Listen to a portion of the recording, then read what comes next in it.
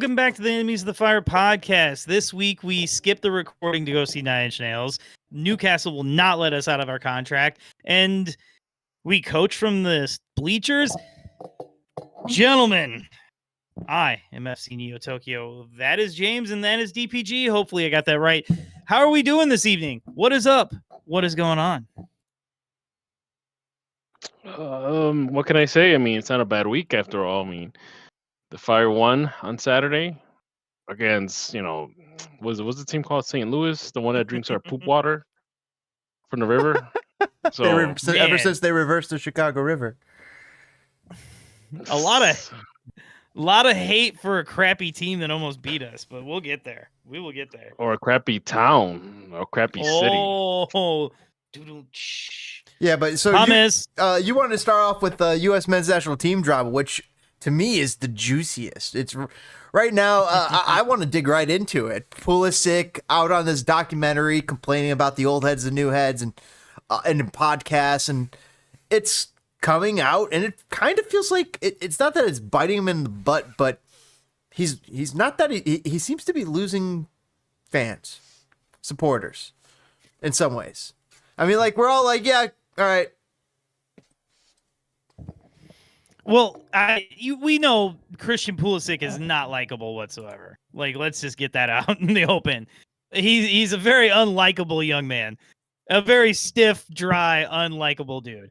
But that's okay. He's a good soccer player, right?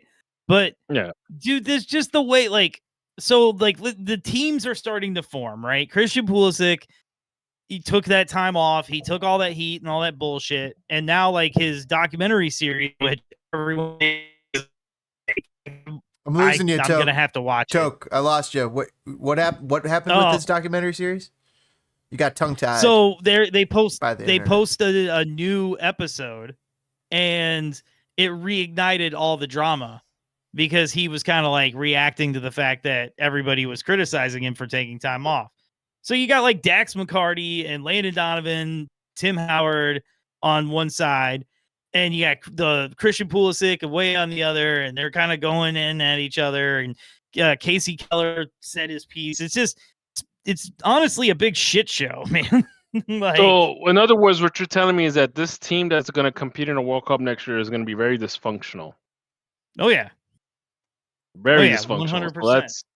And the thing is, okay, so we're gonna have meltdowns on practice. I mean, beyond all this, when the World Cup happens, we're all gonna be able to put this stuff aside. We'll be able to put this aside. But right now, this is fodder. This is hot. This is the tea. The tea is being spilt, and Pulisic is not handling the heat, nor is the rest of some of his comrades. It seems like they got some sort of thin skin issues, and Alexi Lalas was talking about it, and he said, the generation before, a couple of generations before, really didn't have social media and the pressures of having a microphone in front of like the old heads of old former teammates and whatnot to be able to put pressure. And they would maybe do it in back doors and in different ways. But the fact of the matter is that today, when some of these guys have podcasts, or have the ability to air out their grievances in the way that we have ESPN and dedicated sports networks and sports shows and podcast after podcast, like these guys hear it from everywhere in a way that they have not used to hear it in the past. But I think that might be a part and parcel of being an athlete in today's world, is having to deal with the noise. Well, I mean, come on, man. Let's talk about noise. You said they don't have social media back then. These dudes, the literal only person ever talking to them was Grant Wall. You know what I'm saying? They had a little bald dude following them around with a tape recorder. They had no pressure from any media. Nobody covered soccer in America. There was no pressure on these people. DPG, what was the soccer blog, right? Yeah, but either way, man, Grant Wall, rest in peace. Regardless of what happened, because again, the guys from back in the day, Tim Howard, your Casey Kellers, your Brad Friedel, like Toke was correct. The only guy that was really paying attention to them was Grant Wall. But now those guys are retired. They have become media pundits, and now they're putting in their 2 cents. At the same time, you kind of have to face the music and kind of deal with the consequences of your actions. Like, you have to deal with the fact that you didn't participate in the Gold Cup. You got to deal with the fact that you also have outside individuals, like, let's say, for example, Jesse Marsh, who went out and stated that no Canadian players called them and told them we're not going to participate because I've had a long season. So you got guys like that throwing wood into the fire, and unfortunately, this is all part of it. And and keep in mind, this is U.S. soccer. Like, this is turned up to 100 in places like England, France, Spain, Italy. So, I mean, it's, and at the same time, Pulisic has to be a little bit smarter and not keep throwing wood himself in the fire, because that's not, again, like you said, there's not winning any fans, and it's just pissing people off even further. You're gonna be that type of player that everybody's gonna be pissed off at. Well, that's the thing. He already is, right? It's either he really only has one way to getting fans at this point, like to get anyone on his side: turn heel and be a complete douchebag. Be a douchebag and then maybe score goals. He's gonna have to unless like the man does unless he carries this team to the semifinals or something like that in the World Cup. That's probably the only way he's gonna save himself. Turn face or whatever. That's probably how you're gonna get a whole nation behind you. He's already better than Landon Donovan or Dempsey. I mean, yeah. He already is. Yeah. Let's just be real. He's the prototype. He's a prototype of what future USMNT players should strive for. Like, hey, I want to be as good as Pulisic or better. He is a prototype of all this. So, well, I'll say this: it really seems like everybody's piling on him, but then I saw this quote a couple hours ago from Bruce Arena. That's crazy. So he says he was talking about Pulisic playing for him and Kuva, and he was saying he was the best player on the field for us. I guess Trinidad and Tobago. Yeah. That was in 2017, the game that got him eliminated from the World Cup. It is, but so Bruce Arena said he was the best player on the field for us. If we had other players that stepped up like Christian did at his age, we would not have lost that game. It crushed him. So when I hear his lack of commitment and all of that, I don't buy into it. I think it's misinterpreted. Bruce Arena should be the last guy. Bruce Arena should be the last guy to throw in his 2 cents, and I'll tell you why. First of all, if we go back to 2017, and we talked about this before, he was bringing his guys, his aging stars, to play that game.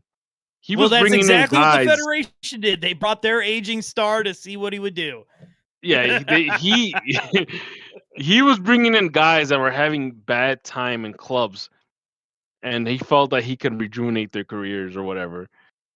So, yeah, of course, Christian Pulisic is going to be the best guy in the field, because everybody else is already broken down, close to retirement, or having a bad moment in their club team. So, Bruce Arena should just shut the fuck up. I tend to lean towards it's just a different time, man. And it's almost like we said it before. It's almost like they're like, we had to eat shit, so he should have to. It's like, no, let him experience better, But yeah, I don't know. No, I get that. I get that. I get that. But you know what? It's mind-boggling a little bit. Imagine if Messi said, I ain't gonna go to the Copa America. I had a long season. I'm not gonna play that tournament. Or if Mbappe would be like, oh, I don't want to play the Euros. I've had a long season. I had all sorts of games. Okay, but hold on. If France wins the Euros, there's a party outside for a week straight.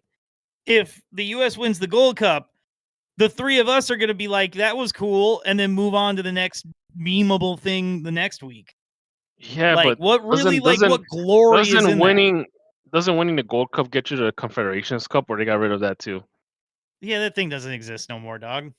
Oh shit, we don't need a Confederations Cup. So, I have a question for you, James. is this drama a good thing in any way? Like, will it create like a circle the wagons moment where they bond together and they prove everybody wrong and they run on hate and piss and vinegar? Or is this a really bad sign? Is this like bad? You know what they say. There's no bad press. This is right now, the United States men's national team does not have a lot going for it in the public's eye, in the public's imagination. Soccer has not captured America. There are problems abound for getting eyeballs onto watching the U.S. men's national team. The women's soccer team seemingly has more support than the men's team at times, it seems, or at least, people seem to know more about them when you would ask the casual. And at some point, that is going to change where U.S. men's national team might become a little bit more important, but it's when they've clawed out a spot for themselves, and that's going to happen with time. It's not going to happen with one tournament. It's not going to just change over this American tournament. All of a sudden, U.S. men's national team is going to be turned on. These guys have so far to come from to get anywhere close where Egypt or let's take a look, Serbia nation like that, let alone the Netherlands or any one of those types, before you even start talking about France, Germany, all the greats. It's like, well, James, let me interrupt you for a split second. Let me interrupt you with another question for you real quick. This is the lowest of the low at the moment, right? For this program. Like, this is the lowest we've been since Kuva. And so, like, what does success look like to you next summer? Both of you, James. So this goes into what does success look to you? So let me write this down. What does I'm gonna say they're gonna have to get into the semifinals and fight for a medal. Like you really, and the thing is that this team is so dysfunctional right now because now you're hearing rumors that he's having issues with Pochettino too. So some players are having issues with Pochettino. So again, you're having issues with the head coach, and again, this is a recipe for disaster. This team is a clown show. There's red flags all over. And you're gonna see a documentary of the disaster of 2026 in a couple of years. They're gonna make documentaries. This period is gonna be studied if the USMNT just crashes and burns. Yeah, but will anybody care? Because I was always saying that there's no bad press and that anything to get eyeballs onto American U.S. men's national team is helpful. Right now, the casual American doesn't care. Doesn't care about the U.S. men's national team, doesn't care about Pulisic, doesn't care about the World Cup coming until it's here in their back door, and then they'll be like, oh, and now I'll pay attention. But right now, nobody cares about this in the great grandest scheme of things. And when the World Cup does come around, nobody's going to care then. But I'm sorry, nobody's going to care in a bad way about what's going on with Christian Pulisic. This is fodder for now. This is pressure. This is what soccer fans, outside soccer fans want. They're like, we want Christian Pulisic to feel pressure to be successful for the U.S. men's national soccer team precisely because he is the greatest asset and greatest American soccer player of all time that we've ever seen. So we want to get the best players around him and see what this guy can do. Because, it's maybe not winning the tournament, but if they could make a heck of a run at it, it'd be awesome. So the next part of that thing comes into, nobody's paying attention in America, but we need to start getting eyes on. This drama does maybe get a few people that otherwise aren't paying attention. Oh, what's going on there? That's the no bad press look. But so hopefully they can throw it all away.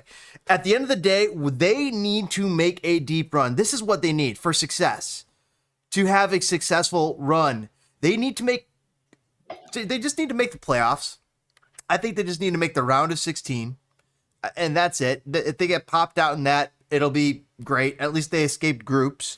Because what can we expect from these guys? What can we honestly expect from these guys? Well, you got to in theory. There's way better right? teams. Like, there's way more deserving teams. Well, there's way more teams total too. So that's where like quarterfinals sounds like that would be a pretty good achievement to me. Well, here's the thing: quarterfinals has already been achieved. Like, right, but USMNT did it in 2002. Like, if you want to surpass all teams in the tournament, dude, like it was a completely different game. 32. It was 32 teams, and honestly, if you want to, if it was 32 teams back in 2002, all right, go check your phone. All right, Mr. Geography over here. Anyways, like I was saying, if you want to wow people, if you want to like become, the talk of the town, like you have to get into the semifinals. Like the quarterfinals has been done. Like we did the quarterfinals, and that kind of shot the USMNT into a whole new stratosphere. You get into semifinal. Exactly. You get into, and by the way, it started in France 98, by the way, 32 teams. You get into the semifinals, and all of a sudden, you're no longer just the talk of the town. Now you're the talk of the world. All right. And people will have a different perspective on US players from that point on. Okay, well, hold on. That brings up a beautiful question for either of you two. What is more successful? What would build American soccer faster? If, say, we had two players like a Christian Pulisic starting for a Champions League semifinal team and another player somewhere finishing like, winning their respective league in like Germany and also going into the club or into the Champions League, or if the national team performs better. What's better for US soccer? Okay, so that's a different question, because what is better for the youth soccer? It's not like, will Americans... nothing's going to build America soccer faster. Like, this World Cup, it'll help. It's going to throw more people into playing soccer, but football's the big dog. And after that, NBA, I just don't see how MLS is going to cut into those. Now, world football? Maybe, but not MLS. So yeah, you're right. So MLS doesn't really get any of this benefit, to be honest, unless it were to push. No, they will, because there'll be maybe a couple thousand more kids playing soccer than would normally. Because, by the way, it's kind of like the Nintendo Switch problem. It's like everybody who they're trying to sell you a new Nintendo Switch, but it's like everybody who wants a Nintendo Switch already has one. And like, so that's the kind of the problem with America. So and sports. My thing is, so my theory is that if you look on the past history of US soccer, the past 30, 35 years, every time there's been a defining moment, whether it was the goal scored against Trinidad to qualify for Italy 90, whether it was, hosting the World Cup in 94, whether it was going into the quarterfinals in 2002, and of course, the whole situation with Pulisic, that young rising star. After every those achievements or those milestones, it feels like US soccer gets a huge boost from all of that. Like, US 94 got us MLS. I don't know. I tend to World Cup 2000, because the thing is, here's the thing, and I'm gonna say this. Or have you heard, or have you are there any players right now at this moment that kind of got the same vibe and same like attention that a young Christian Pulisic got when he was like 17 or 18 when he was playing for Borussia Dortmund? Like, no. Somebody in that category, someone that, oh no, look, there's another player coming up the pipeline. There's not. Well, it's funny you brought that up. It's funny you brought that up, because there's so much more we could say about this, but we probably got to keep it moving. So, what big name, what player is young and up and coming and could really make a splash in Europe? It's not Paxten Aaronson anymore. Oh, James got the correct answer, by the way, but it's not Paxten Aaronson. Paxten Aaronson chased the bag and chased the playing time. I mean, from all accounts, he was in Frankfurt's plan. But now remember I yelled and screamed that Colorado needs Gio Reyna? Apparently Colorado has Gio Reyna at home now because they just got Paxten Aaronson. Now, is this, I mean, he got the bag. This was like an $8 million move, man. This was like $8 million. Like, no, what? I know, I get it. It's, what does this say? You know how what does this say about anything? So Paxten Aaronson had basically his whole experience is a failure. Like, anytime you come back to the MLS at that young, he could play for MLS for 3 years, go back to Europe, and he's 24. How many guys have done that? How many guys have done that? We're in a brave new world. How many guys have done that? How many guys have left Europe, gone to MLS, and did so well that they got called back to Europe? How many guys done that? Well, I mean, like, not Americans, but Zlatan. Who's the guy that Kansas City had for a while? Who's that guy? The guys that want to go back. The guys that want to go back home. The guys that want to go back home. That's fine. But American players, once you come back to the MLS, it's basically a death sentence. I mean, not literally, but not. Dude, no one's come back at 21 or 22 or however the old.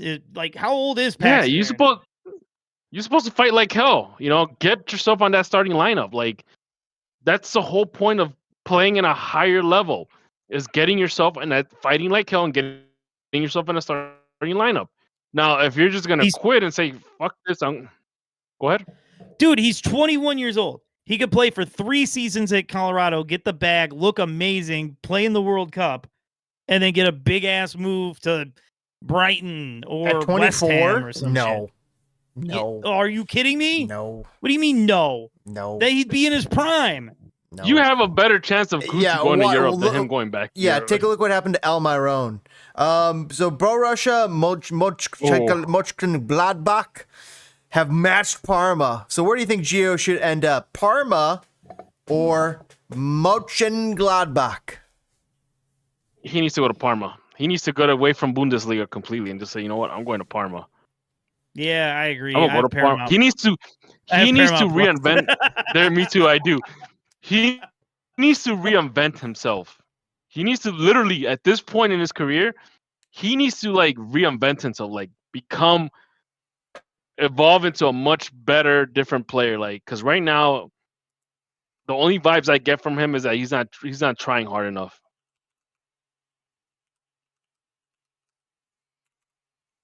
So, if I was him, I'll take the Parma move. Hey, go under a new system. It worked wonders for Pulisic, you know. I'll say this. I think Reyna needs to shoot lower. So he's like, he can't, like, no matter how bad he is, no matter how horrible his attitude is, no matter how little he worked in practice, he needs the 1000% playing time guarantee type of thing. Get this kid reps, get him in a good headspace. But I don't know, man. I would go Parma over Gladbach for sure. James, what do you got? Who knows? Like, it's crazy that this guy's still getting opportunities, but that's just a testament to his talent.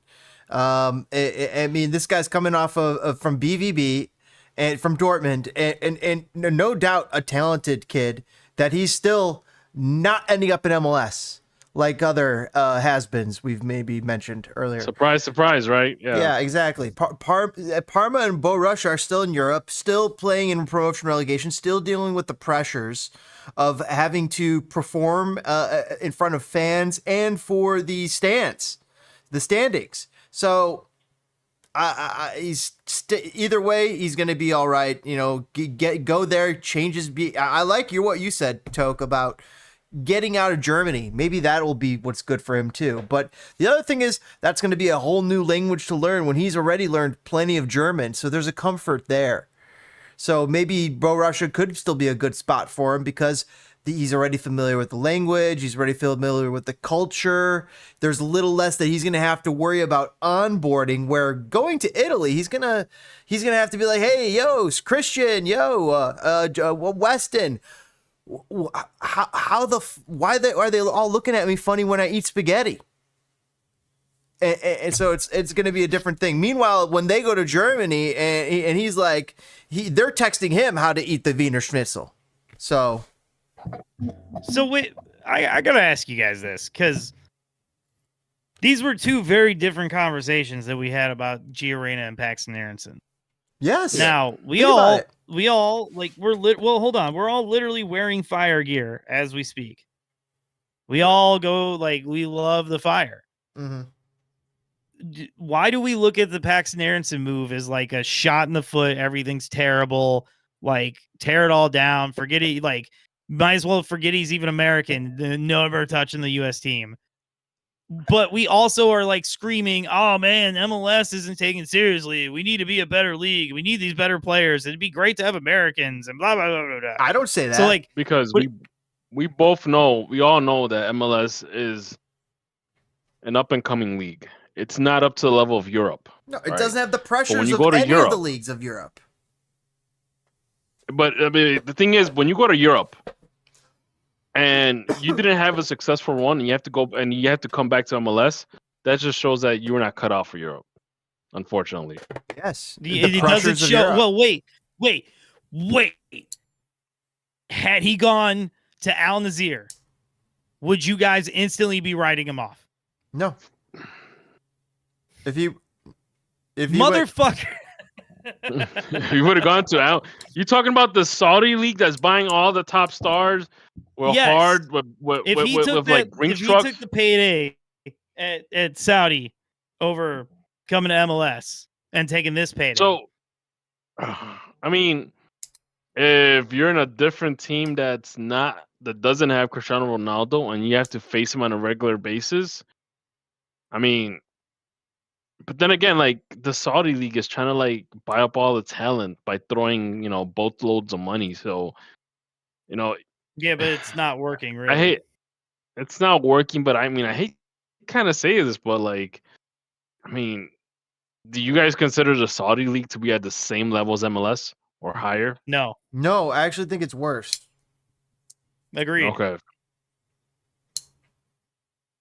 But that's in my head. It might not be true. That was a cliffhanger, man. So do you think, are you saying the Saudi league is bumping and MLS is chumping? We ain't got no hose or what?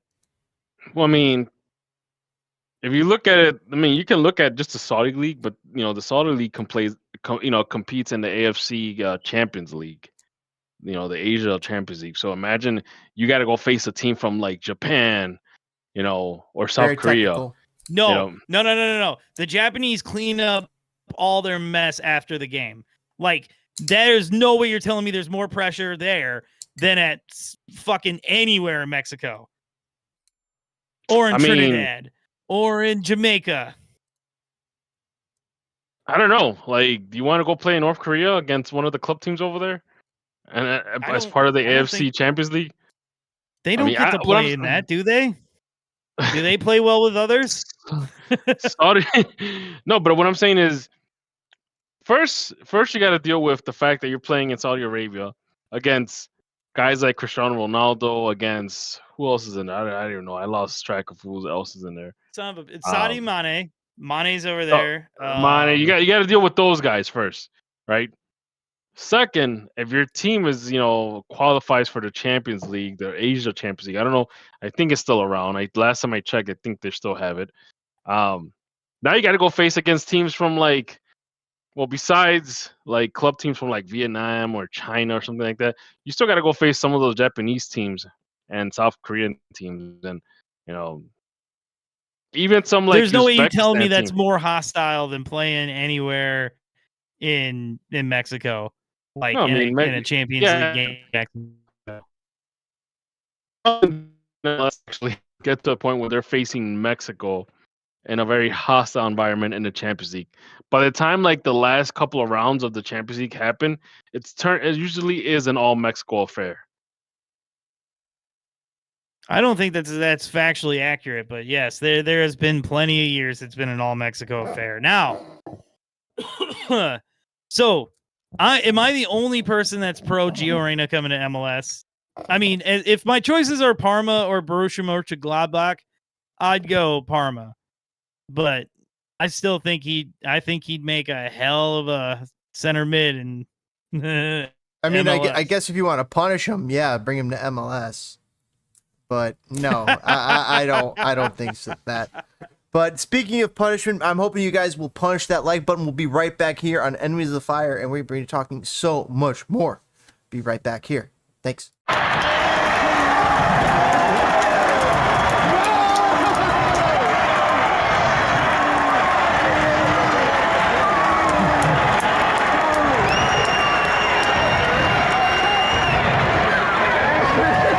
Welcome back, fellow Enemies of the Fire. We are here to discuss basically something we find boring, so please don't click away right away. But James, great. The League Cup is happening, and like, how do you feel? How does it make you feel? I knew it. Deep inside.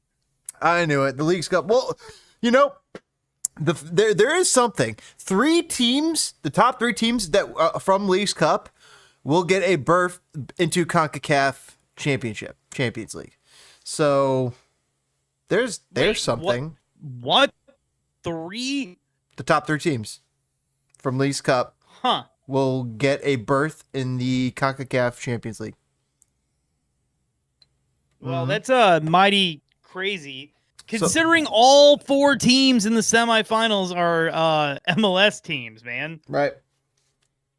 So we put together a whole tournament. We play it here in America. We screw up our season schedule just to play Mexican teams a couple times to end up with an all MLS final.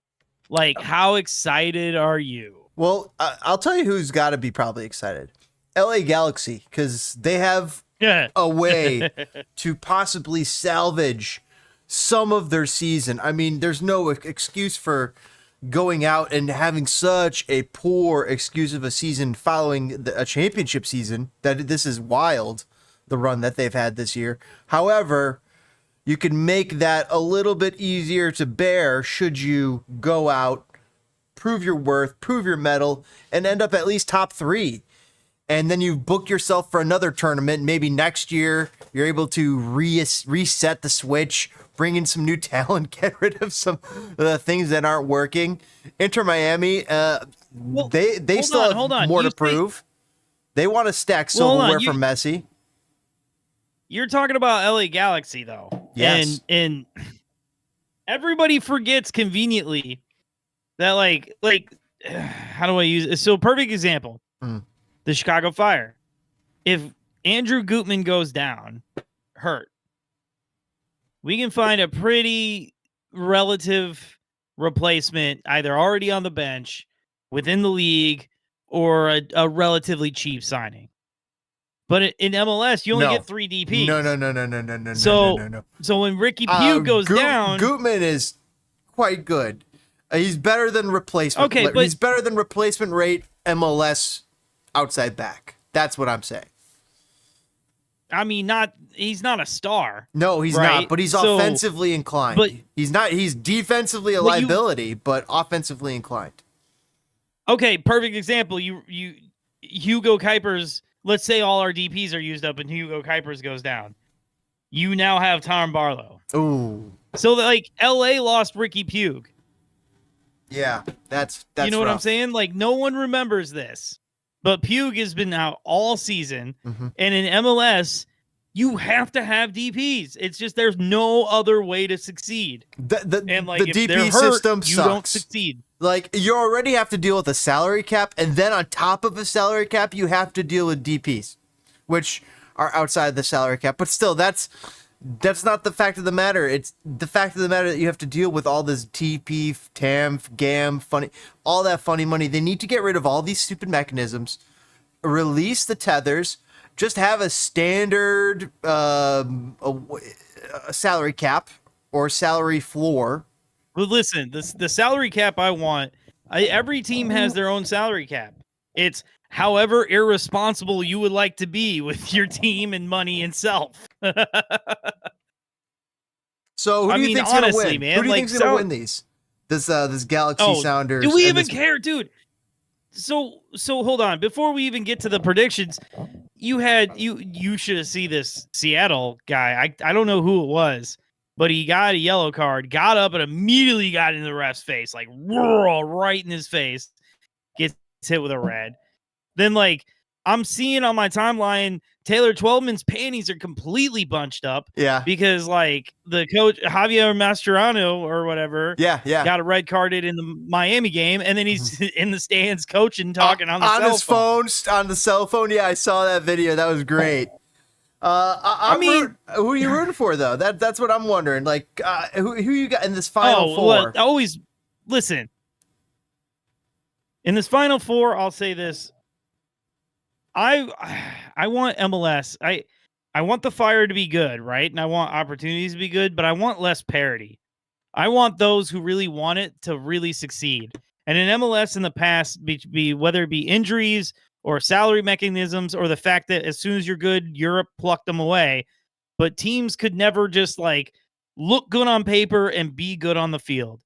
And so I'm always going to root for a Miami in this scenario, because I want the strongest looking team on paper to be the strongest team to put some order to the fucking world, right? But my heart says Seattle Sounders because they're my West Coast team. They're my second love. They're my side piece. I'm with you part of the way. I want the best of the three of these four teams I'm reading here to be the representatives for the CONCACAF Champions League for MLS. I want Inter Miami, LA Galaxy, and Seattle Sounders. I want LA Galaxy. I kind of want them to have a little redemption. I want them to go all the way and take this piece of silverware away from Inter Miami and be like, you know what? We're the champions. That's right. Don't forget, even though we're stoking cork this year. I may get crucified for saying this, but I truly believe the league is more fun when the LA Galaxy are good. Yes. There's an interesting point to that, because LAFC are good, but it feels lifeless without LA Galaxy being good. Well, you're right. They both need to be good. Now. The fires, it's like there's two fires that need to be lit for the engine to work, and only one of the fires out, and you're in this video game, you're you gotta light up the other fire, and that's what it is. Because LAFC just going hard, winning championships without LA Galaxy being good, it doesn't matter. It's just not as it doesn't feel as important. And then you bring in LA Galaxy being good, and then all of a sudden you got these two pillars of fire. It's awesome. That's what you need. It's fun, dude. It's fun when they're good. It's fun when they're playing them well, and it's better for the league, man. DPG, welcome back. Okay, JK. Hey guys, what's up? Anyway, so DPG, take a look at these final four here. These we have the next two matches for the League's Cup. The top three of these four teams will get a CONCACAF Champions League berth. So it means one team will be eliminated. Who's your 3 of 4 that you're choosing to represent MLS? I don't know. I think it's gonna be an Inter Miami win.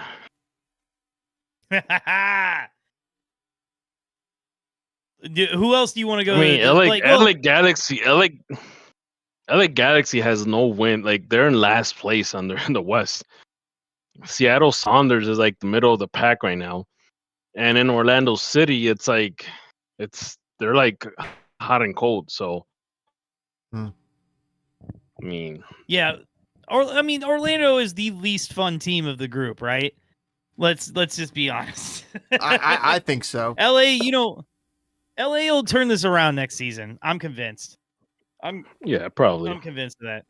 All right, so I wanted to move on to something. I know there's a hard transition, but boy, do we all know that I enjoy a good transfer saga. And Alexander Isak wants out of Newcastle. He wants out. I don't care how much oil money you have. I want to win something. And so Liverpool's like, hey, come on over. We like this. Let's do this. And Newcastle told everyone involved to go fuck themselves. So, I mean, like, let's talk about a contract. I want to talk. Well, I want to talk about two things. I want to talk about first, what do you guys think about this? What's best for everyone involved? Well, and then beyond that, like, what does this say? Liverpool gave Alexander Isak their verbal agreement that they would sell him should a bigger club come around with the right offer. Liverpool came in offering 100 million, and they're like, that's not enough. Oh, sorry, computer says no. We need 150 million quid. So, and it's in English money, so it's not even US dollars. So it's English quid, British pounds. So British pounds. It's very expensive, very expensive player, and he's desired. And the funny thing is, he's desired by Liverpool. And the crazy thing is, there was a player, a striker. I don't remember his name, but Liverpool ended up was in a battle with Newcastle to get this young striker's signature. Liverpool won it. Had they have not won it, and had Newcastle won this young striker's signature, there's a chance where they might be able to let Alexander Isak walk out the door a little bit more freely. Instead, they're like, we're going to be in a lurch here. And meanwhile, Liverpool themselves grabbed the striker they wanted. So they're finding themselves in a bit of a lurch here near Newcastle. You know, like, I'm not talking Wednesday. The problem with Newcastle, new on Netflix. So I got actually, it's funny you brought it up. Anyway, Newcastle like is finding the one problem is like sometimes the other team has money too, and so like I don't know, man. You know me, I'm extremely pro player, but boy, have these figures for transfers gotten out of control. Like, yes. You know, you say like, oh, you know, Liverpool wants to give them 100 mil, and they're poo-pooing it, and you think that sounds crazy.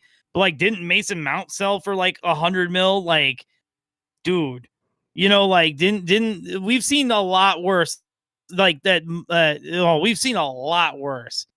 So like Isak in today's market is definitely worth 150 mil, but that's just so inflated though, dude. It's crazy.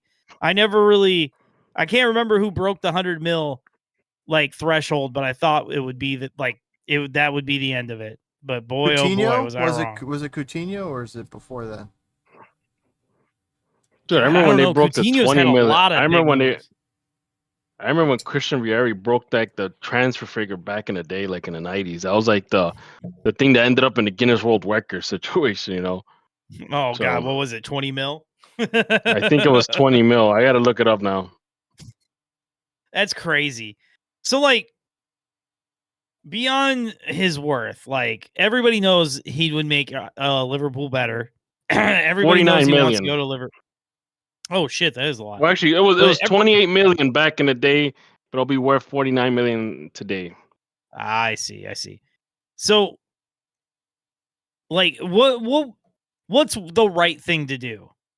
Because like I'm pro player, I feel like if you're unhappy and you know, like the club should move you on. Like it makes no sense to hang on to an unhappy player, in my opinion. I mean, if he's unhappy, you don't want that kind of energy in your locker room. So, I mean, Newcastle can't, force the guy to be like, right away, this guy's not going to give you his 100% anymore. Like he wants out.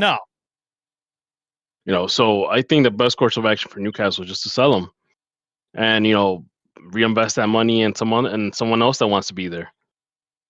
I think that'll be the best option. Like, otherwise, you're gonna have this drama play out for the rest of the season until the winter when you finally had enough and say, screw it, I'm gonna just go ahead and sell him. No, what is Newcastle going to do though? Go get Josh Sargent. There are worse ideas out there. Let's not get that twisted. There are worse ideas out there. They could always get freaking Joe Reyna. I mean, I hate to say this for all you Newcastle fans out there, but like, this is a done season. You sell Isak, you take the money and run, and you don't have a striker because you're not going to find anybody for any good price. Like, it's going to be a panic buy, right? So you're going to have to ride out the first part of the season without a star. You know what I mean? I think that's the only thing you can do. That's literally it. James, if you are in charge of Newcastle, what are you doing right now?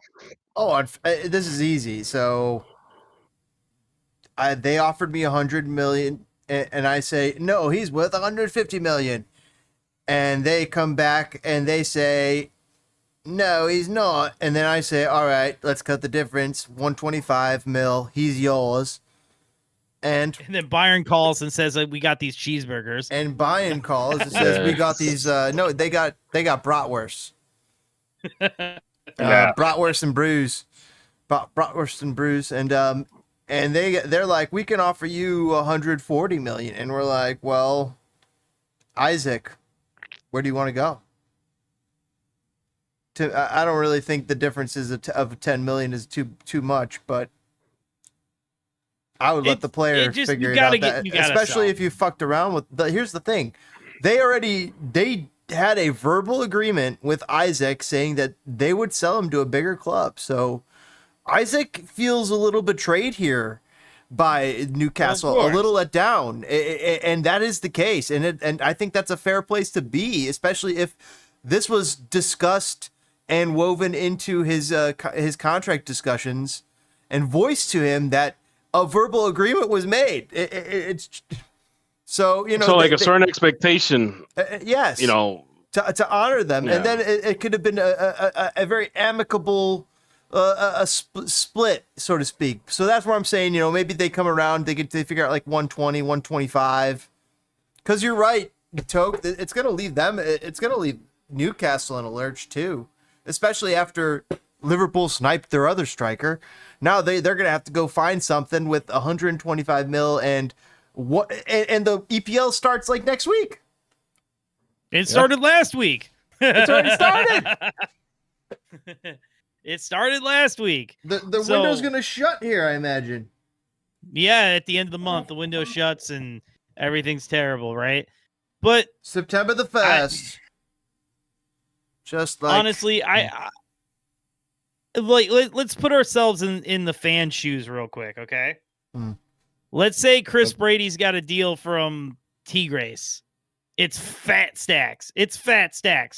But it might not be as fat as like the Fire we're hoping to sell him to like Wolverhampton, right? So and he's got a couple years left on his contract and he's like, no, fuck this. I want out. How do you feel as a fan? Are you yelling at him like, finish your contract?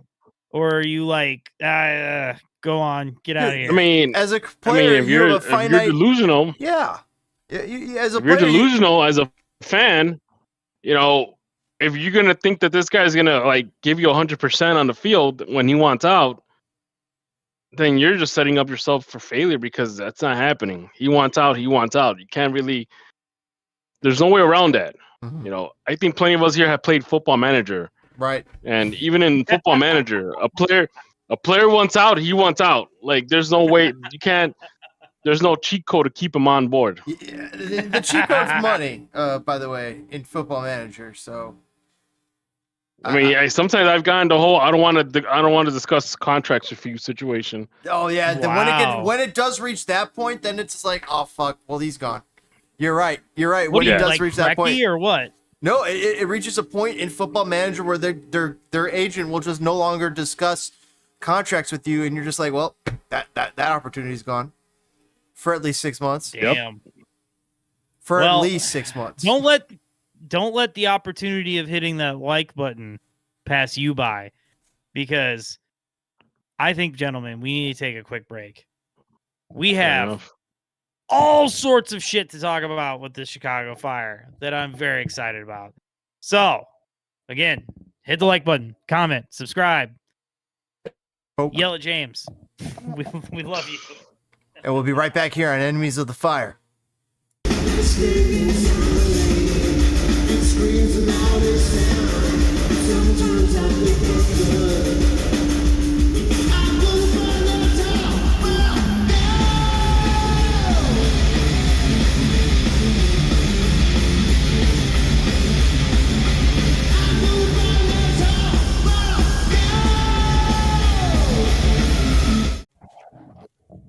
Welcome back, fellow enemies of the fire. This week is a good week because we won, baby, in a wild game. Gentlemen, before I get into my extended, long, aggrandizing story, how did you gentlemen enjoy and/or consume the game on Saturday? I was watching on my phone, bro. I was putting my kids to sleep. I was watching it on my phone. I enjoyed it via the highlights. I feel you. Life is crazy. Yeah. Now, DPG was watching at home on his phone, basically because he gave me his tickets, which was very lit of you. Thank you. So, hope you enjoyed it. I did. Oh my God. DPG has sick tickets, by the way, like at Toyota Park. Or I keep Toyota. I know. I'm anyway. hoping I get good seats in a new stadium. Like that's kind of what I'm hoping for. Like I wouldn't mind paying a little extra if I have like really awesome seats. Like I wouldn't mind paying a little extra. Remember, you have 2 kidneys. Anyway, so so like me and my boy, he just kind of got into soccer the last couple of years. So he was like, all right, I'm going to jump in fresh with a new team, because we were still in our decade of despair. And so he jumped on the whole St. Louis City bandwagon. Where does he live? As of so far, he and I have now attended every single Fire versus St. Louis game. Where does he live? Together. Peoria. So he lives in Peoria, Illinois, which is chose St. Louis over Chicago? Hey, man, we were bad for a decade. You can't blame people for doing that. Can't. But yeah, well, it looks like St. Louis is going to be bad for a decade. Well, I told him, he was kind of salty, and I told him, I was like, are you fucking kidding me? Usually people eat rocks for 4 years before they get a playoff berth. You guys were like awesome year one. I was like, it was a hell of a year, right? He's like, yeah. So, they gotta learn to deal with some of this. But I digress. He came up, got that hotel right next to the stadium. I went down there real early in the morning on Saturday, and we were like gonna go out and go karting and doing all this shit. And it was so unbearably hot. We sat inside and played NBA Jam for like hours on end. NBA Jam? Who brought the Sega Genesis? No. So long story short, I had brought one of those little game sticks, and we were playing NBA Jam on the Sega 32X, right? Oh wow. It was like the best version of it. So we were actually playing the NBA Jam for the PS3. And it's actually pretty sick. Oh, hell yeah. So that stuff was sick. Anyway, I digress. We had so there was like an hour and a half rain delay because of all the lightning and rain and nonsense, which I am not going to lie to you, good people. And I know this has been a theme the last couple games. I was drunk at this game because I did not have to drive. I didn't have to drive nowhere. I didn't have to do nothing. So, like, honestly, the fact that we had that delay, I didn't even really notice. I was just having a good time, not giving a shit. And you know what? I just realized something, man. It must have been awesome just to like go to that hotel next to the stadium, because it's literally right next to it. Like you can walk across the parking lot and you're there. Yeah, I mean, that must have been a fun experience on his part. Had a good night, man. We it was like, and so this leads into the game. Once we finally got kicked off in the game and sat in DPG's awesome seats, it was a back and forth affair. 2-2 draw. It was it had some ups and some downs. I would mute that, my man. but it turned out to be Carlos Terran's last game. We'll say that out loud. But so I don't know about you, DPG, but I got stressed during this game because we were not looking good. We scored early, which was awesome, but we still didn't look good. Yeah, I felt like we were piling on the pressure, and then we took our foot off the gas, and then we really took our foot off the gas, and then we had to basically claw our way back, and actually win this thing. Don't get me wrong. When I saw St. Louis score that second goal where they were leading 2-1, all I can think of was the fire of old. Like, oh my God, this is like one of those games. Yep, it felt like it, didn't it? I felt like it because like the momentum was on St. Louis's side.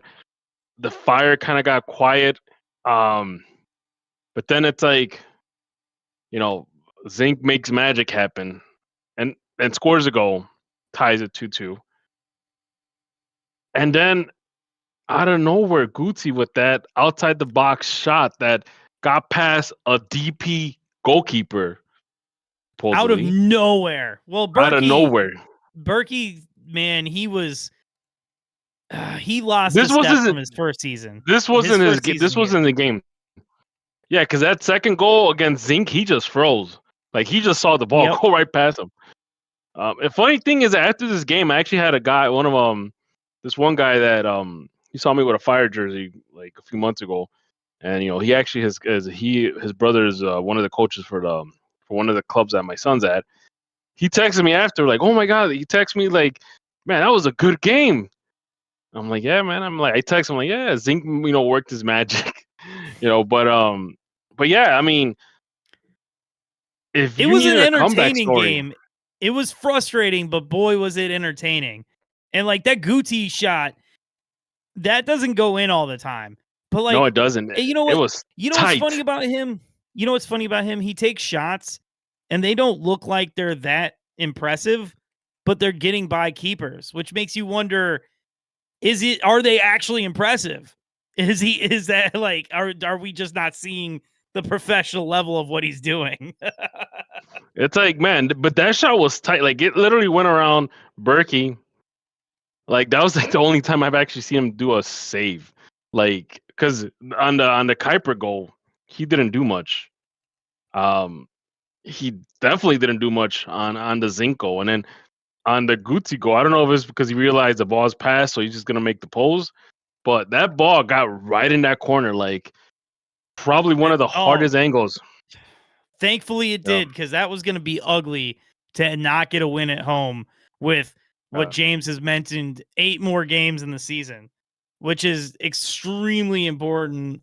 Like, this was so up and down. Like, Terran played amazing, and then all of a sudden, there was that scare that we were going to give up a penalty. The handball.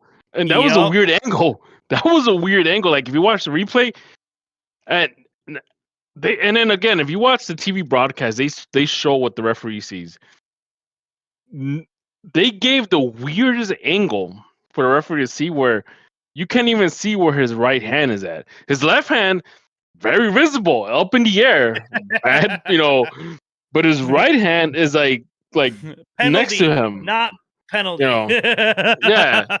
So, and when they called the penalty, I'm like, I was like already like, I was at the verge of turning off my phone and just saying, no, screw this.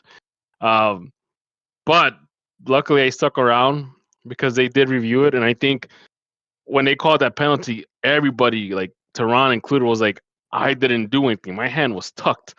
Like I was it was definitely in a natural position. Like you can't like you cannot say it wasn't.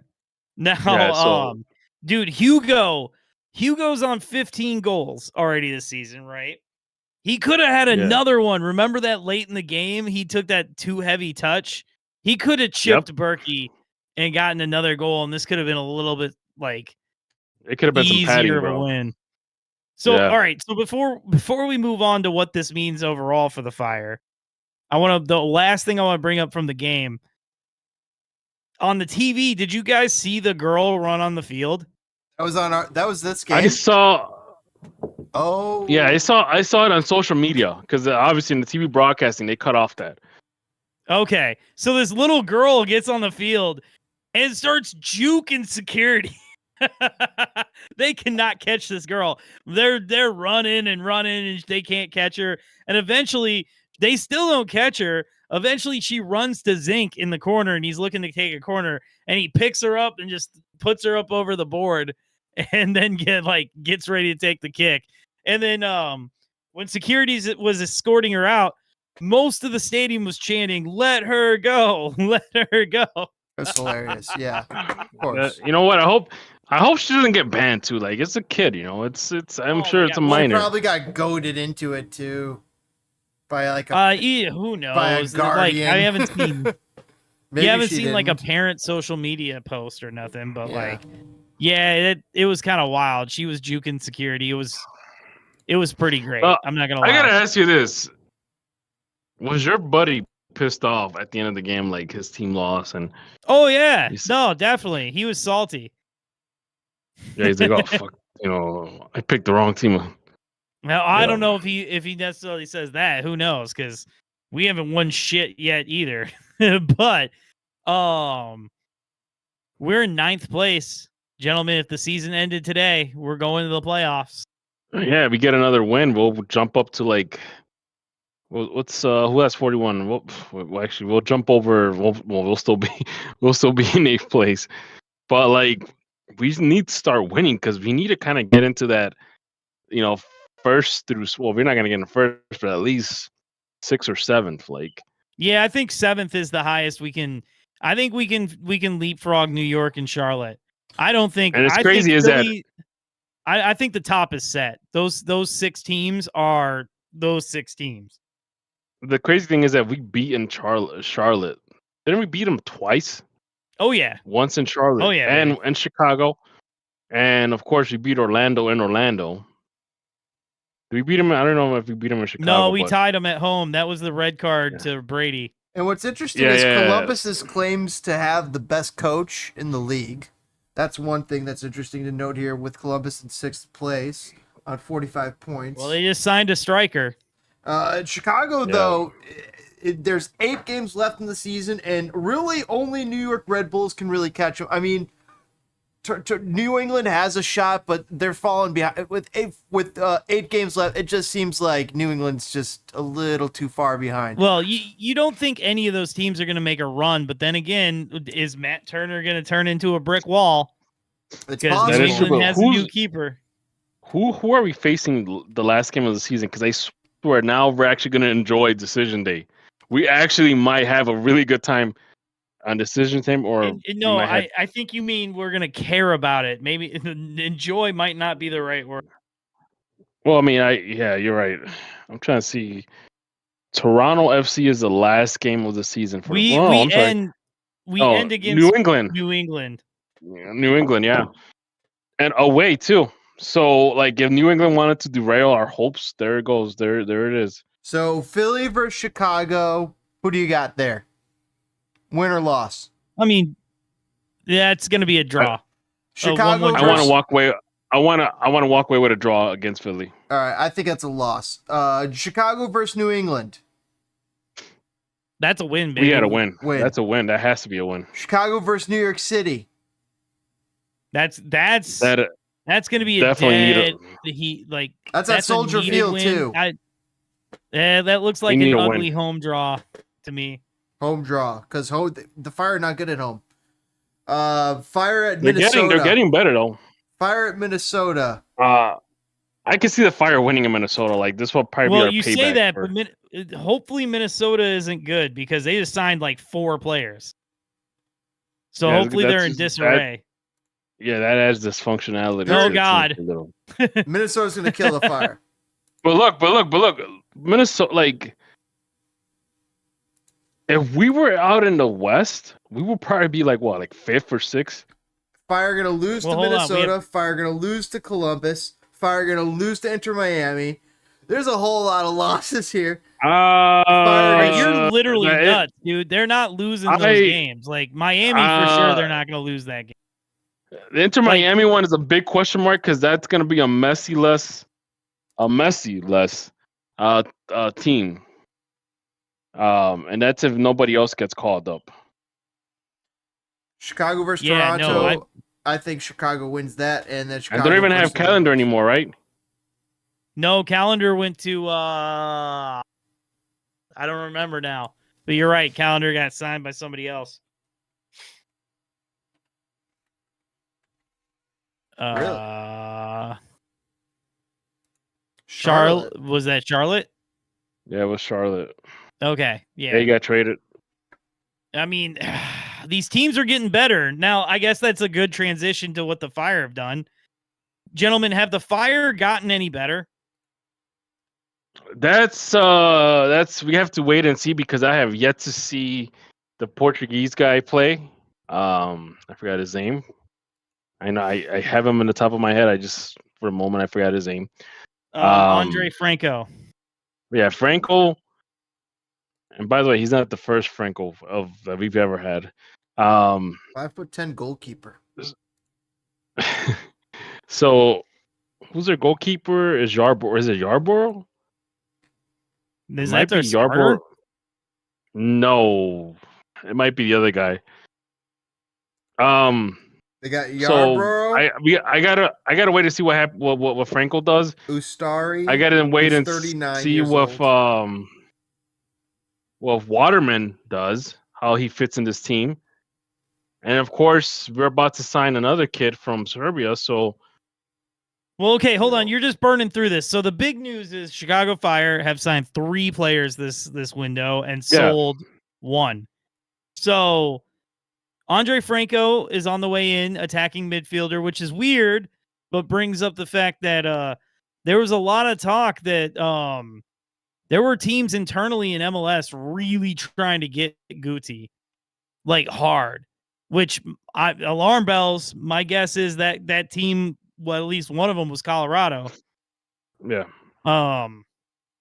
But Andre Franco's an attacking midfielder. Well, how are we going to change how we play? Are we going to put somebody on? I got a feeling he was brought in because of the question mark that Guti might have gotten, sold off. So, I mean, I would like to see what he has to offer. Like, I'm hoping we get another like Zinc type of player, like Zinc 2.0, just an attacking mid. Because we actually do need and I don't want to diminish Guti's work because he's been pretty decent the past few games. But if we get a guy that's a little more sharper in a mid attack, in a midfield attack, then I'm all for it. Well, I mean, we'll see what he does. Or where they put him. But you also mentioned the guy's name. So Carlos Teyron got sold, and I was like, oh my god, we need a center back. And so we signed Joel Waterman from Montreal. Yeah, I mean, I don't know. A lot of people are drinking the Greg Kool-Aid. Some people are freaking out because Montreal fans seem pretty jacked about him leaving. So, we'll see what happens. Joel Waterman, center back. I don't know. There's Franco. Chicago. Hi, Fire fans. Andre Franco here. I'm excited to be here in Chicago and to compete with the team the rest of the season. Vamos Fire! There you go. Like I'm happy. I'm happy. So, but hold on. This terrified me. So did this guy be like, "Oh crap, they suck. I can get a place where I can start." Like, but no. And then we are on the verge / have already made the deal. Victor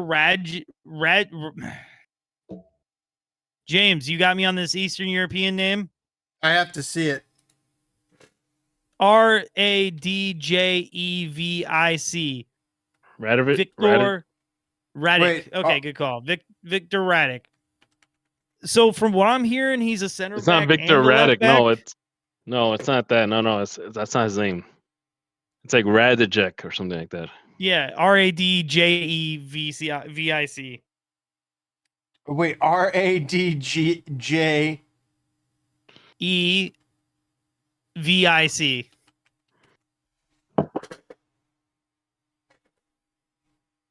There it Oh, is. wow. It's a done deal. Victor Radojevic. Radojevic or Radojevic? Victor there you go. Radojevic. Yeah. It's probably Radojevic. So he's Serbian, if I got that flag correct. Yeah, he is. Okay. So he's apparently the LB. But like he might be the LB of the future because like Gutman right now is like playing pretty. He's having a career moment right now, Gutman. So, that kid has he has to compete against Gutman, basically. Okay. What? Oh yeah, that's right. Because the other bald Andrew, he's gone. Not good. Not Andrew. What was his name? Gutman? Or no, that's Gutman. Who's the other guy? Gaspar. That's what it was. Gaspar. Anyway, I digress. Who cares about those guys? These guys. All right. I'm just gonna say this. Before this past season, if we had signed 3 guys I had never heard of, I would have instantly just assumed they sucked. No, I'm serious. The Fire lot, listen, Juan something Nagano was the last guy I believed in when the Fire said we've signed a new guy and he's good. You know how? But here's the thing, though. It's like, you know how I was pissed off I was because of the Davila. Because you know me, I've been a very harsh critic on Davila because I felt like you have. He slowly, giving me a little hope that he's actually a good player. I'm hoping that he gets better and better. Like it almost seems like he's getting better and better every game, like little by little. And I wonder, by a lot to me, it looks like he's really finding his footing. Because remember, it looked like when he came, he was like, "Well, I'm good with the ball at my feet, so I'm going to dance circles around these people," and he didn't. And now he's like, "Oh, this is the level," and now he's starting to dance circles around people. Not only that, but he's also providing key passes, like something 100%. He kind of when he first started a couple of games, he was giving away a lot of. He was turning that ball over constantly. So, like I said, I'm trying to think of all the signings that Greg did, and the only one that seems like a bust so far is Kwame, and that might just be full on injuries. It might be injuries, but then Kwame's just a lone player too. Yeah, you're right. Kwame's alone. Barroso's coming good. I mean, dude, Barroso's coming good. Davila's been really good. Jack Elliott's been good. Not phenomenal, but good. He's gotten good, better throughout the season. He needs a good backup. Hey, and I still fully believe Bamba will be better next year, but Bamba's still been really good. He makes the movements. He makes the movements, but he cannot finish. And I wonder if that's something that the team's going to work on with him on the off season or preseason next year. And I think a lot of these guys, after a full year with Greg, I'm expecting that they could be a much better next year. I agree. I have legitimately not heard of any of these guys, but I have faith after these moves that we made. Zinkernagel, that's another one. I mean, the only real player he didn't sign was Kuipers. Everybody else he's brought in. So this is, Kuipers, I think he's looked at like, I could work with Kuipers. Oh yeah, no, he instantly knew we had something there with him, right? Or else you would have seen Greg trying to move him and be, but I want my guy. He's the leading scorer now, 15 goals. Yeah. So, which isn't. When was the last time that happened? Nemanja Nikolic. Yeah. And then before that, though.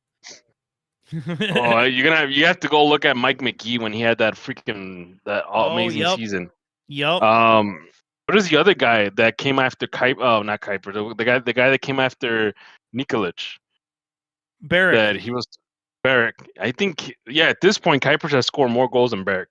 Because I think Barrick only had 10, 11 goals a season. So, yeah, he only got 10, I think, in his one decent year. Yeah, that shot was beautiful. I don't know how much the people have seen any of that, but that was beautiful. But no, it's an exciting time to be a Fire fan. Like, even if we finish 9th, like, this has been exciting to see these guys grow, and the youth movement, like, let's not pretend he gave senior contracts to Orahel and Glasgow. And you know what I'm saying? And word is David Pareba has become resurrected. He's available. Yeah. Yeah. Well, no, he's not available at all yet, but he's still working his way back. But he's actually moving around, which is a huge deal. I mean, it's been a long time since I've been this excited about this team, man. We'll see how it ends. I mean, we're a couple weeks away from it all coming to a head. But keep in mind, at this point last year, we were sitting near the bottom. Mm-hmm. Yep, without much hope. I mean, about this time last year is when Kuipers was like, I don't need to play the last 10 games. Yeah. He was like, I think my wife gave birth. I'm good. So I honestly think we can catch up to Charlotte. We have a game in hand against Charlotte. So, gentlemen, at this point in the season, we've had a lot of fun. We've had some frustrations at home.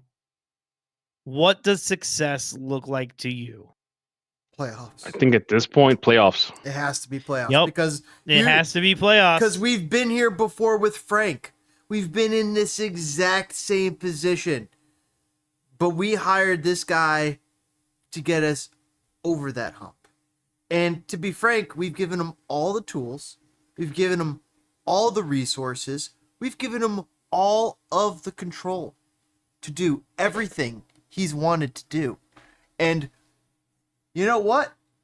He's definitely gotten results. Most goals scored on the road in a single regular season. There's the Fire sitting right there with 33 goals. That is a thing of beauty because off of 13. We have a legitimate chance of passing LAFC. But we're about to break a record. But we're about to break success. a record. That's not the success that we're looking for. We're looking for a playoff berth. And I remember talking to you guys in the very first podcast of this season. And you guys were saying, if we don't make the playoffs, it's over. It's over. And I said, that was Toke. Toke was saying, I said, cool it. I said, relax, guys. Even if we don't make the playoffs, it's going to be all right. There's going to be a way that we don't make the playoffs, and it'll be all right. I'm not sure. I called it a throwaway season. I'm not sure. There might be a way maybe we just missed the playoffs. Maybe New York Red Bulls does edge us out. Because guess what? They were a finalist last year. LA Galaxy and New York Red Bulls both might miss, which is crazy. Or for the Fire, for a success, it needs to be that 9th spot. Make the playoffs. Get to the dance. Get knocked out in the first game. Who cares? You made it. You made don't it. Care. Yeah, as long as you make it. Yep. Because you know what? We are so close to territory where this could be still a success and we miss the playoffs.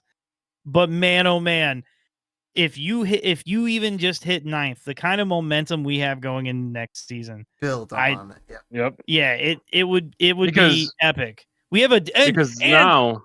And hold on. Oh, DPG, I'm sorry to interrupt. You know what I saw literally 20 minutes before we started recording? The Chicago Fire are in the Antoine Griezmann race for 2026. See? And the thing about it too is you think about this. Next season, you're gonna have there's going to be contracts that are going to be up at the end of this year. You're going to get more moves by Greg. Like we're literally in like deep in Greg, Greg style play. And if we bring that guy over, like I don't know what other. Man. You know how many people are gonna be bugging me to go watch the fire? Well, listen, I want him now. We have Antoine Griezmann at home. It's Philip Zinkernack. Dude, imagine you have Zink and Antoine Griezmann. What do you do with Bamba? Can you put Bamba in there too? I mean, the only way you make this work is if you sell Guti, you move Phil to the center, and you put Griezmann and Bamba on the wings. Oh man, this is gonna be too much chopping, man. It's gonna be that midfield's gonna look that attacking force, Mute man. that. It's too fun to hear it. Just screaming. He's not going to get that anywhere in MLS. Where's he going to get this? You don't get that much places. Also, he wouldn't have got that had he not been the prodigal son to leave and come back. That's so sick. When is he leaving again? I mean, he's going to, at the end of this season, or, well, I guess the winter window is when teams are looking at him. Damn. Dude. How old is he? Women love him. Men want to be him. And how old is Griezmann? How old is Griezmann? That's a good question. Oh, he's 34. 34. Oh my gosh, he's a young man. I did not realize he was 34. Dude, I thought he was like at least 31 or 32. Wow. Okay. Man, this is why I wanted Jack Grealish. All right. I wouldn't hate it. I mean, I wouldn't hate it, but yeah, I'm no longer Griezmann DP level signing anymore. I didn't realize he was 34. His German ancestor migrated from France, from Munster, in the early 19th century and was a basket maker. Humble origins for Antoine Griezmann's family. You say that. We find out it's his family started the largest basket making conglomerate in human history. There you go. Why is this picture so epic? Because anytime it looks a little retro. It looks a little retro-ish but it looks cool at the same time. Well, that's because he was doing his 70s thing, so it looks. Oh, look, you got Kraken. Oh, I don't know. Yeah, Kraken's on that. I bought crypto off Kraken before. Wild. I'm just saying. Just gonna let that sit. Just gonna let that sit. Let that sit, bro. Okay. Let that sit. Just like that guy that gave away 40,000 Bitcoin for 2 Domino's pizzas. True story. Yeah. But what if Bitcoin didn't mean shit? What if it didn't catch on? Get him in a Bulls jersey. Damn, he could go to all the Bulls game, man. Sweater will buy all the Bulls. He always is wearing Bulls We'll buy him gear. season tickets. He could be like the Jack Nicholson of Bulls games. Just sit on the court side. Just like every game, we got you at a game, Antoine, and then you play for the Fire. That'd be so talking sick. About Bulls fans. Dude, he could go to every game and play and sit courtside every game and then play for the Fire all the time. It'd be so sick. Come on, Antoine. Let's fucking go. What were you saying, Toke? Well, speaking of Bulls fans, guess who scored a goal? The winning ESV. Mr. Serginho Dest. That's nice, but he ain't no Antoine Griezmann, so I would pay more for Dest right now than Griezmann. Like if we could get oh my god, if we could get Serginho Dest to hang out in and live in and play for Chicago, my god. Fuck no, that would make the American team worse. Give me Antoine Griezmann. Who cares about the American team? Let's be awesome as the Chicago Fire. Like that, I'm leaning more towards like I want the Fire and MLS to be awesome, and I'm losing care about the U.S. team. Like why? I'd rather see all the fun players that I care about here in the States. You know, I've been finding myself gravitating more towards the U.S. men's national team. However, I'm being greeted by disappointment. So it is true. And then also on the other hand, then I have Greg Berhalter offering a superior Chicago Fire product that's ever been offered. Like come by the stand. He is slinging some hot hash of Chicago Fire. Like, it is way better product than the past 5 years, past 7 years, past 15 years. Dude, Greg Berhalter's like this guy who like was selling oregano, and then all of a sudden now he has pot. Like, what happened? Why? Like, I joked about that before. Like, we used to think Greg was an idiot. We were like, if the U.S. doesn't fire him, they're screwed. Now they're screwed, and we're living up the good life with Triple G. I've heard calls. Hey, bring back Greg. And if they fire what's his face, Pochettino, who it seems like it's been a mistake. Sorry. Yep. Seems like it's been a mistake. You know, it was not a mistake for a European manager. It just was the wrong European manager. In my opinion. I don't think Jurgen Klopp could come in here and save this. Oh, you might. I would tend to. But if you're out there, Jurgen, please do. Yo, you know who could really. You know, I'm probably gonna take Jose Mourinho. Not immediately. No, you walked right into it. No. The one person who could come and actually take whatever pieces he gets here in America and probably make the quarterfinals, if not semis, is Pep Guardiola. I mean, that literally would be it. Just the tactic. It's late. I was out all night the last 2 nights. Let's call it, man. I think we're getting out of. We're heading out over our skis. All right, boys. All right, boys and girls. Thanks for joining us here at Enemies of the Fire. Make sure you guys punt that like button. Help us hit our goal of 500 subscribers. We'll catch you guys next time. We're live every Thursday with a new podcast here on Enemies of the Fire on YouTube. Only on YouTube.